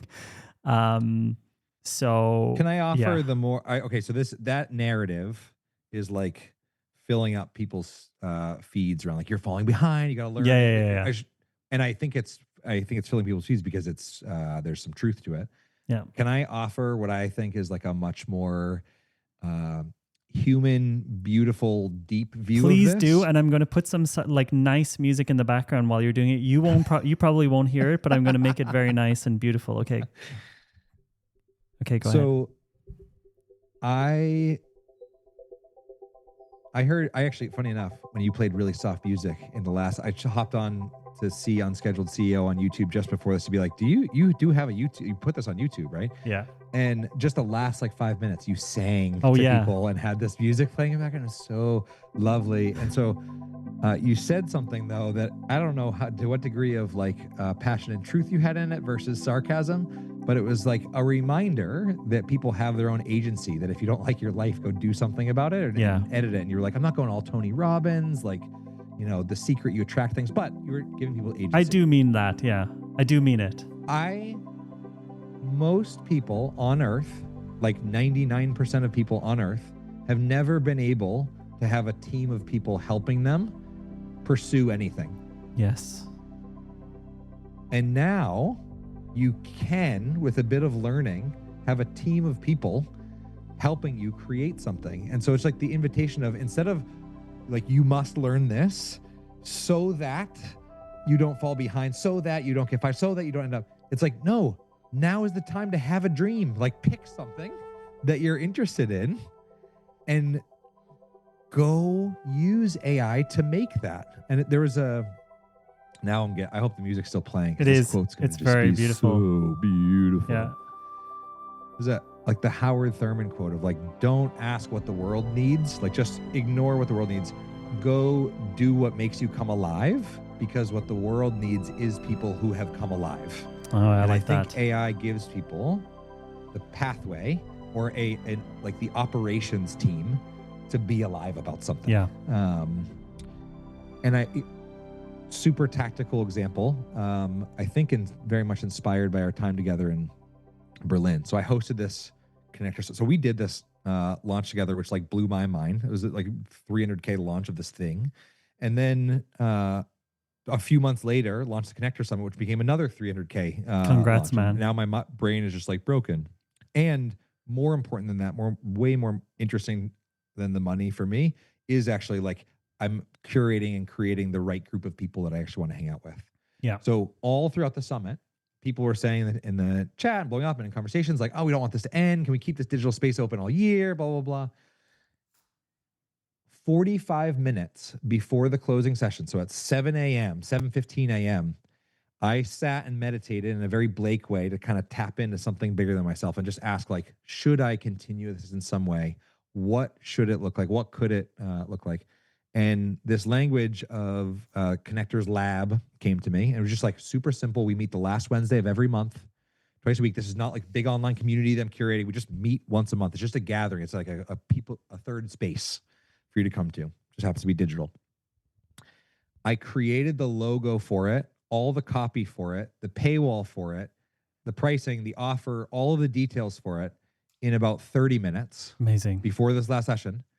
went and took a shower, came back and launched it, and it made 100K This is in 45 minutes. And how long? First of all, congratulations. How long would this have taken? What would have been the same? Let's say you did your meditation, but which, by the way, I want to ask you more about. Let's say you had done that 3 years ago, and you decided, I want this to happen. You probably would have been like, I couldn't be bothered. This is too much work. But what would that have looked like 3 years ago? Even more tactical. I have been like tossing around an idea vaguely like this for 3 years and done nothing about it. Yeah. I'm just like, because what happens when you don't have something to operationalize it and make it Yeah. like the least favorite part for me about being an entrepreneur is figuring out how to take this vision that's in my head and put it into a digestible format for others to figure it out, meaning words, pictures, and videos. That process was so painful to articulate. AI does that really well. And you gave the formula for it super clearly, which is, and I don't know if you're aware of, like you just shared like what you do and how you're using Claude in a really brilliant way. But the formula is upload a bunch of juicy raw data. Yeah. And then talk to it for 5 minutes, asking it to do all these super specific things, and then press go. Like if people only did that, that's what we're talking about, having a team. Like that's the team of 10 right there. Yeah, but sometimes it makes mistakes, Chad. Chad, do you know that it sometimes makes some mistakes? So it hallucinates. You shouldn't use it. That's amazing, dude. Dude, that's amazing. Yeah. But just delete the rest of the podcast. Then that 1 5-minute segment is the whole podcast. Everybody knows that this podcast is about getting through all of the fucking sludge in the beginning towards the good stuff at the end. What is the meditation that, if you don't mind sharing your spiritual shit, what is the, what do you do? Like, what is that? What does that look like? Maybe you could just tell us what that looks like. That's interesting. So this has been informed by Blake. So I went and spent a day with Blake. I thought I was going to like have him kind of audit my business and give me some advice on how to grow the practice and business. And he had like, I think he's since deleted them on YouTube, but he had for a while, like basically had a YouTube channel that was just his own personal journal. And he had a playlist called Sunday Sermons. Yeah. And so Blake has this background, and there's an episode that Blake goes deeper into this, but has this, what do you say? I'm very religious, but not spiritual. Oh yeah. Or something. He has this practice, like he lives a fairly monastic, monk-like. He was even a life of preacher. Contemplation. He was a preacher. So actually, one of his mentors was Tim Keller, who wrote the book The Reason for God, and was like the head of the Presbyterian Church in the U.S. He ran this like huge 5,000 person Presbyterian church in New York City. And The Reason for God it's like written for skeptical people. And it's like making an argument for why it's actually probably a good bit more likely that there is something outside of us and bigger than us. All right, I'm going to buy that right now. What's it called? The Reason for God by Tim Keller? The Reason for God by Tim Keller. Tim Keller passed away a few years ago, but... it didn't work for him then. Didn't work for him. I'm just kidding. No, right around COVID, he got to like skip the pandemic. It maybe worked great for him. The Reason for God. I found it.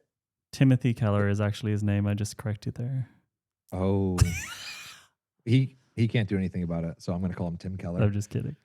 All right, I'm just buying this book. If someone recommends a book to me, I buy it immediately, no questions asked. Yeah, I listened to the book, so. Oh. And Tim read it. But I think reading it I would almost have preferred to have read it. I do this a lot where I buy an audiobook and then I go buy the paperback and then read through the bits that I want to see again. I sometimes do that with Kindle where I'm like, oh, this is actually a really good book. Sorry. Okay. Can you tell me about this meditation?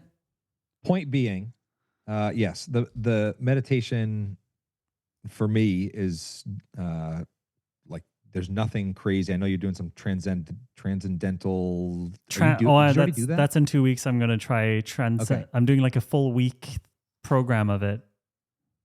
So my entire faith and spirituality and meditation right now probably boils down to I just try to get quiet enough to hear, period, end sentence, to hear. Okay. To like let the quiet voice emerge and listen and analyze that. And also there's some like questioning. So starting out, and the mentor who kind of I learned meditation in and went and sat at 10-day meditation course with. Like, Was that that meditation course also religious, or was it Vipassana? Like, what was that? it was secular, agnostic, but it was very like Buddhist-y roots. It was Okay. Dhamma.org. It was a Vipassana meditation Okay, retreat. and you did a 10-day 10-day, silent, no or talking. oh, Yeah, no talking, no eye contact with others, like nothing, 2 meals a day. that's like most of my friends at the moment. Hey, come on, boys! Oh fuck! Someone better have laughed at that one. You mean just Oh, my modern goodness. life? Way, come on, boys! Yay! So you did a 10-day Vipassana retreat, and that. So This was years ago, though. Yeah. So, but taking from that, so I feel like my meditation. I don't follow like a specific practice. Yeah. I sit on cushions behind me. Yeah. Or more likely, I'll like finish a swim at the pool and I'll drive down to the lake and sit in my truck and just meditate there for 5 to 30 minutes. Eyes And closed. then go home. Eyes closed. Music. Hands. Yeah. I had a mentor, Jeff, who no music. I mentor Jeff, who he said something to me that I found very interesting, which is when you're meditating, if you move, his thought was if you move even one muscle, you're starting over again. And so it's about like super stillness, Okay. like ultra, which is actually quite uncomfortable. And this is where Vipassana comes in. If you sit for 1 hour and you don't move a muscle, you will go through, in that 1 hour, you'll go through cycles of like quite a lot of pain Yeah. and then quite a lot of comfort. The whole Vipassana idea is rising, passing. Nietzsche is the word. It's like everything comes and everything goes. Mhm. And so it's like, it's the idea of like when your back hurts, like at some point my back is hurting and at some point it won't. And at some point it's hurting and at some point it won't. And as your body scanning down, just paying attention in the Vipassana tradition that I learned was like scanning down your body, like paying attention to what does my scalp feel like? Yeah. What are my eyebrows to know all the way down? So I feel like that was a very nutshell summary of taking 5 different things, pulling it together. But for me, they are now like very tied to listening to God, which is a really confusing 3-letter word. But for me right now, it's just like trying to listen to something much bigger than myself. And my flip, since we talked in Berlin, I was totally bought into the idea of like, tapping in to Yes. something larger and deeper. My flip that's just happened in the last month, partially from reading The Reason for God, is that's a very selfish, egocentric approach to God. Give me something. Yeah, like feed me the inspiration It's to like go create this commercial God offering. GPT. It's like, ooh, right. Yes, precisely. Tim flips it. Maybe it wasn't Tim. I'm reading another book called Practicing the Way, which is interesting as well. Anyway, the point was flipping that to be like when the way that you tap in is actually genuinely aligning to yourself and asking the question, how can I serve some greater purpose or idea? And complete disconnection from your own aims, aspirations, goals, etc. And just like, how can I contribute? How can I serve? And I am still a little experimenting with that idea because I'm still like probably way too egocentric to actually think that I can just altruistically sit down and meditate, but at least a half hour once in a while of trying to ask, what is some larger thing that I can serve that I can't even see or understand? And you just like give me the little part that I can play, and then I'll go do that all day. Can I push on this a tiny bit, or do you want to go now? Push away. Okay. No, I just gotta. I really want to. to. Okay. I need to close my window because it's -7 Celsius and it's getting really cold. I'm gonna close it, and I have a question or two. I'm gonna get water.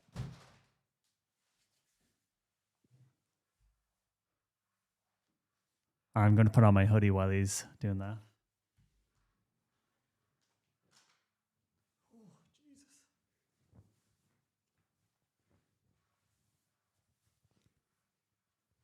Can I tell you, as you asked, like, do you need to go? Can I tell you the greatest gift that you gave me in our time together in Berlin?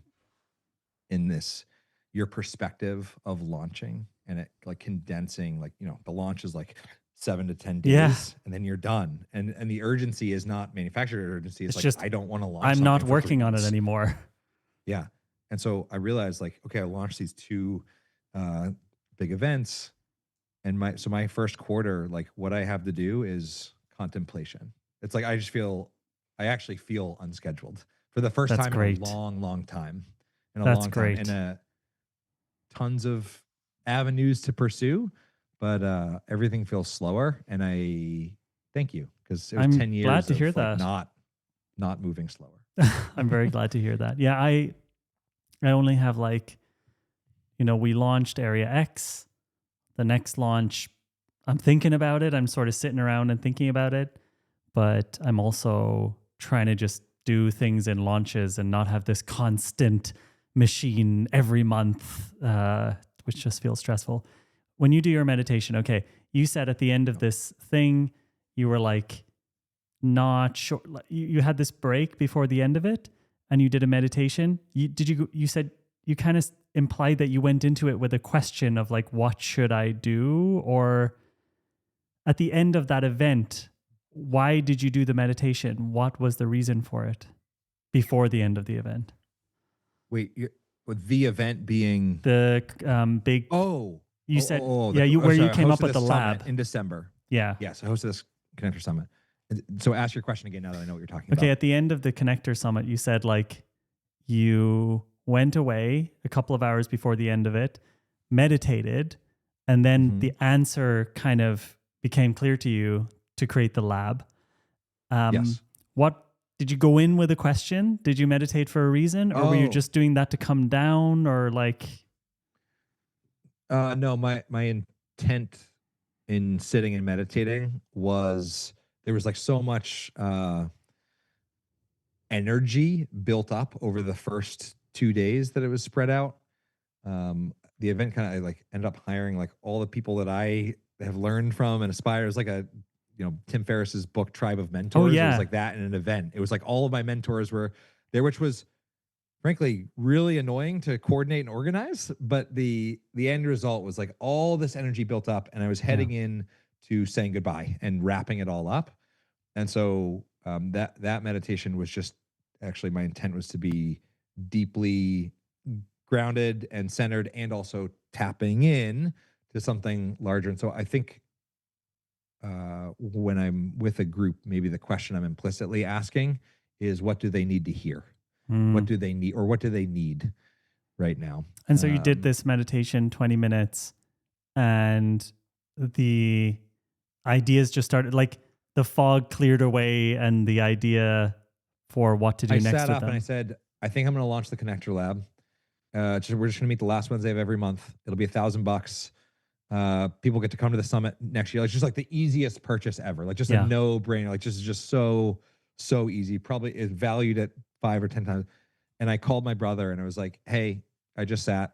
I think I'm going to do this really impulsively, because I had to tell like Taylor on my team and Jamie's in the inbox. And I have 3 people that are all helping support.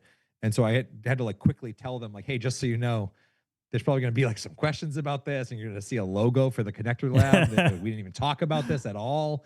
But it went from 7 a.m. to it was done and launched an hour and a half later. So cool. And everybody was in it, and like registration was closed the next night, and that was it. And now there's a group of awesome people who have chosen to walk through the beautiful doorway, if you will, who just know it's like super simple. It's last Wednesday. But it was validated. I do think I think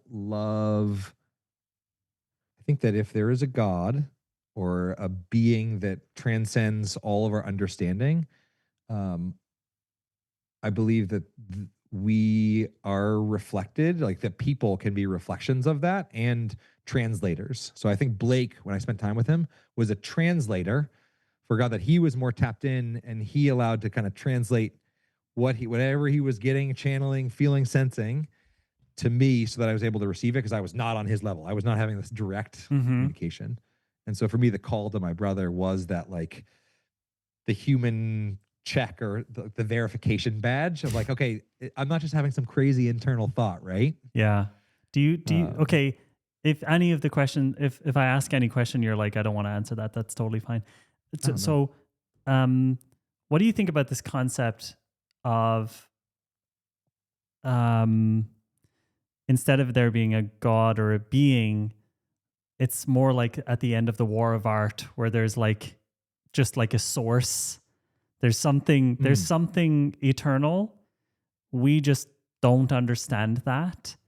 And there are abilities to kind of listen to it. And I don't know, it's like also like the big magic thing from Elizabeth Gilbert. Sometimes you're just like sent something and which would serve other people, and you can either do something with it or you don't.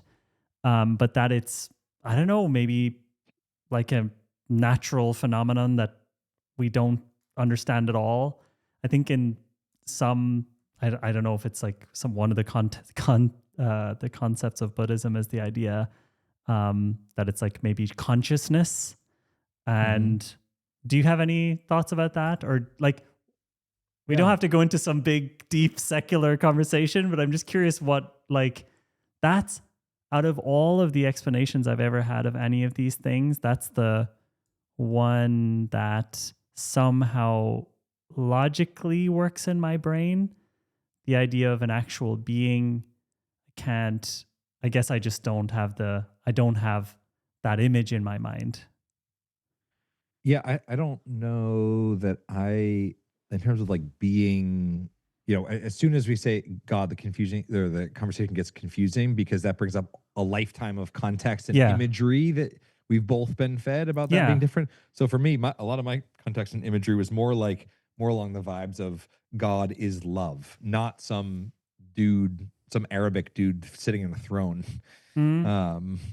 Okay, so you're not thinking of a specific, like, I mean, I went to an all boys Catholic school. So, I mean, we had very literal representations of that. But Blake is like Catholic, right?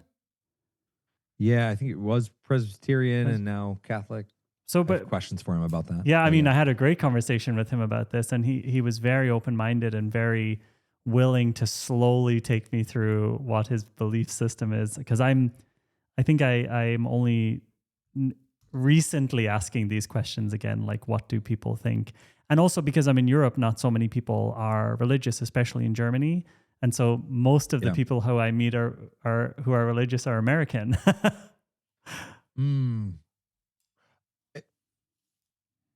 So can I reflect back? You're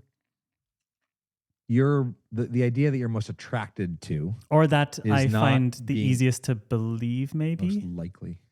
Yeah. So firstly, I think you'll like. It seems like a good time to crack open the reason for God. I will read it 100% in that book because Tim unpacks this in a more thought out, written way, and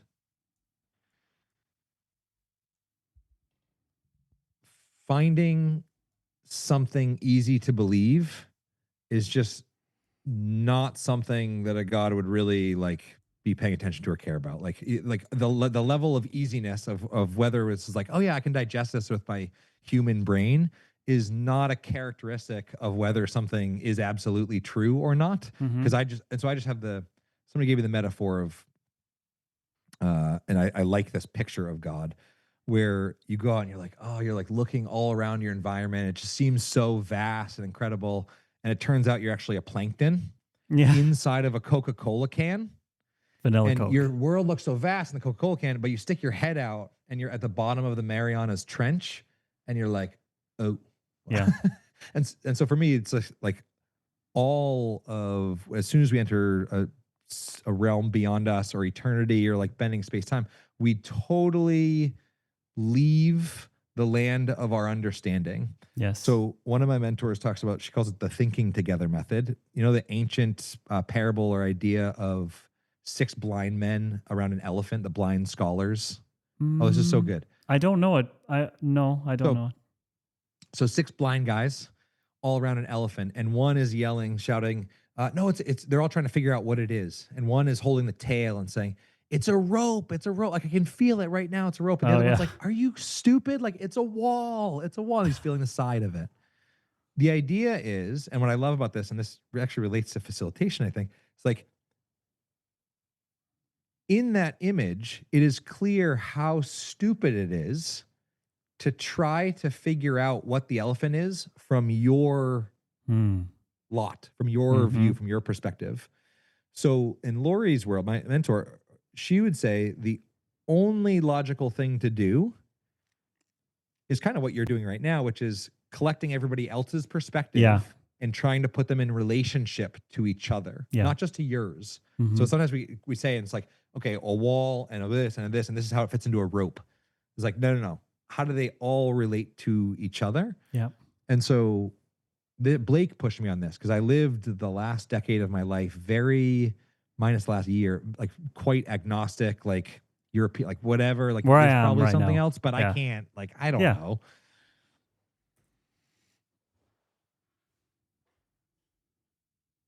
And Blake pushed on this of like, I lived in this land of, I don't know and I can't know, so I just won't care or pay attention to it that much. Yeah.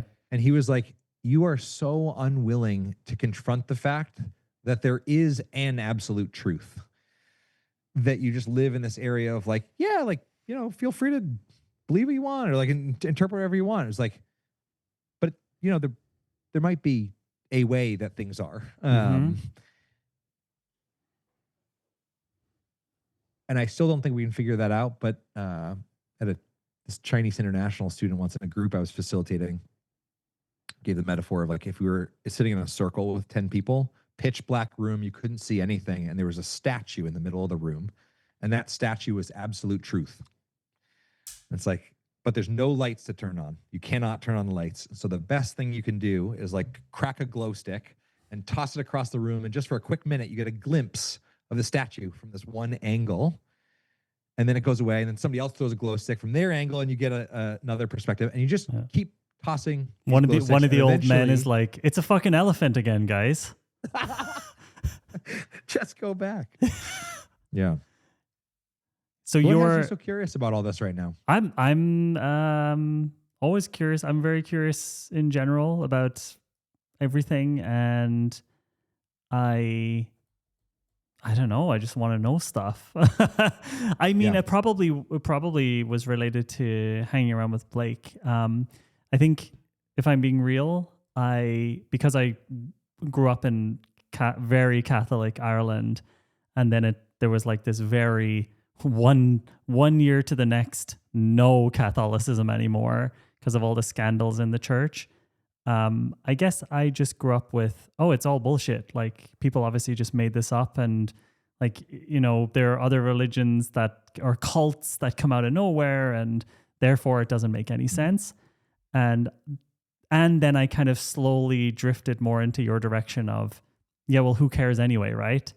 And then I think hanging around with Blake, myself and Laura spent, quite a lot of time with him. We were like able to just talk about it nonstop. Well, I think it was also like, and there's been some other people that I like, you as well. I have to say also, hope he's okay with me mentioning, but Amr, who's working at AJ and Smart, there are a lot of people who I would consider to be very smart and very logical, and who I've been talking about this topic to, where I'm like, maybe I don't actually know everything. And also, yeah, I think it's, I just don't want to be so insanely closed-minded for no reason. But at the same time, I just don't know, right? I find it to be a very fascinating topic when speaking with people who are willing to chat about it, right? And yeah, I guess I spend a lot of time in the US, and a lot of people there are religious compared to here, and a lot of the people are living lives that seem to be very full and happy and positive, and I'm like, wonder is there something going on here that's different? Like, I mean, yeah, that's also part of it. Like, I don't want to live life in a stubborn way when there could, like you said, there could be a truth. I don't know. but I don't feel in any way close to anything or any answers or anything. I'm like, could be aliens. Guys, it's aliens. All right? E.T. We've all seen E.T. Yeah. After send me an audio note after you dig into Blake's mentor's book. Yeah, Because I will. The entire premise is actually he's in New York City around a bunch of super high performing, high achieving, ultra smart people. Yeah. And so it's like the questions they're asking that are all like really, they're sophisticated skepticism Yes. of, yeah, but this really seems kind of crazy too. Like how can all the animals fit on one boat? That doesn't really make sense. And like he just steers like head on into a lot of these things. And some of the ideas went over my head, but one of them, and I'm curious. So I shared this story about this little piece of porcelain before I led the summit. I was like quite stressed out about it. And I went on a walk down to the lake. It's about a 20-minute walk from my house, and with the intention of reconnecting with something larger and just kind of like handing over my stress to be like, hey, what do you got for me in this? Like I'm quite stressed. And I walked down and was led like directly to this little piece of porcelain, which no one's going to care about this watching. It is actually weird. It is actually very strange. When you held that up to the box and it like lined up, it's like yeah. So like these colors, right? These are the colors of like my brand and the cards and whatnot and the summit that I'm hosting. Oh my gosh, I can't get. And then you have this little piece of porcelain that's just so. It's like it came off one of the boxes of your things. It's like hex code. Yeah. So I shared this story at the opening of the summit, and somebody said something that I'll never forget that I think is really interesting. And because I said, I'm not preaching to this group. So I just shared the story and I was like, you do with that what you will. I'm taking it as a sign that something really good is going to happen in the next 3 days. You can choose to believe that or not. And somebody typed, and maybe this is just a popular quote that I never heard, but this idea that like coincidences are God's way of remaining anonymous. And that feels like it could probably be on a cheap coffee or like a cheeky, like super cheesy coffee mug. In the context of actually finding this, like just selfishly, is it more joy giving and life giving and interesting to live in a life where I'm like looking for coincidences and attributing them to design? Yes. As opposed to randomness? Dude. Way more interesting. This is the way more interesting. There's a book called Useful Not True from Derek Sivers. And I love Derek Sivers. He would argue exactly with what you're saying. And it's that having a mental model of the world where things like that maybe are happening, that in this case maybe reduced your stress, it doesn't matter whether you can scientifically falsify it, whatever it is. That is something very positive and useful to you in that moment. And I mean that for me, if I had seen that thing with the exact brand colors while I was kind of trying to get, like, that would have definitely freaked me out in a positive way. Like that's a very show me a sign and you get something moment. And the other way of looking at it is, just a stupid piece of thing that, could have happened, whatever, it doesn't matter. That's not very empowering. Yeah. So I am with you on that side of things, that I think it's probably mentally more joyful to believe that when some positive coincidence happens, that there's some maybe reason. But yeah, I'm going to read that book you recommended to me, and I'm going to continue just thinking about this topic, and I'm going to be back to being a full altar boy in Ireland. You know, do you guys know what an altar boy is? Like that's something you had to do, and I was like full altar boy mode. Oh man, yeah, that's where people get into trouble, man. That's where the scandals happen. I know. Luckily, I think I was in an all boys Catholic school run by like priests. So, but it was honestly, it was good. It was just, I was like becoming conscious at exactly that age, or like, 7 or 8 when the whole thing fell apart in Ireland. And it was like, no, that's not a thing anymore. Literally, it went from we were going to church every week to never again, to like the, you know, all of this church stuff happening to never again, to everyone I know being a Catholic, to everyone I know being an atheist. It was very, I didn't know. Being religious then was kind of silly, you know, it was seen as a silly, embarrassing thing. Very, like, it was totally, like, it was very quick and yeah, Germany obviously is not a country with a lot of religion. But yeah, I love the topic. When you were in Berlin, I think, you know, I won't go into the actual thing we talked about, but I remember we were at dinner and the conversation went from being very interesting and very exciting to, I asked you and your brother, I was like, are you guys religious? Because I just want to talk about it. I just want to. And then that went into that, the depth of the conversation changed from being not surface, but we weren't all connected to at the end of you told us a story. We were just like, oh man, why didn't I ask that right in the beginning? You know, 2 days ago. Yeah. Like it's a good question. I've noticed that it's a good topic to bring up with open-minded people who are religious, because whether I don't have to believe the stuff to find the whole conversation very fascinating. Totally. It's talking about the elephant analogy is really simple. It's just an elephant.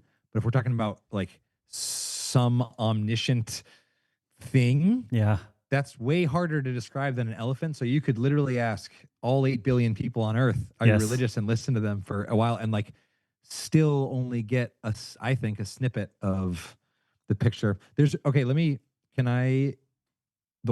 of the things that stuck with me most from The Reason for God was this idea, and I'm curious to see your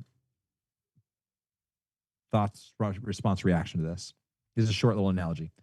Basically, in terms of like choosing to, useful, not true, that concept, believing that the world is designed as opposed to literally there was nothing at some point and then Big Bang and now all this stuff exists and it's expanding eternally.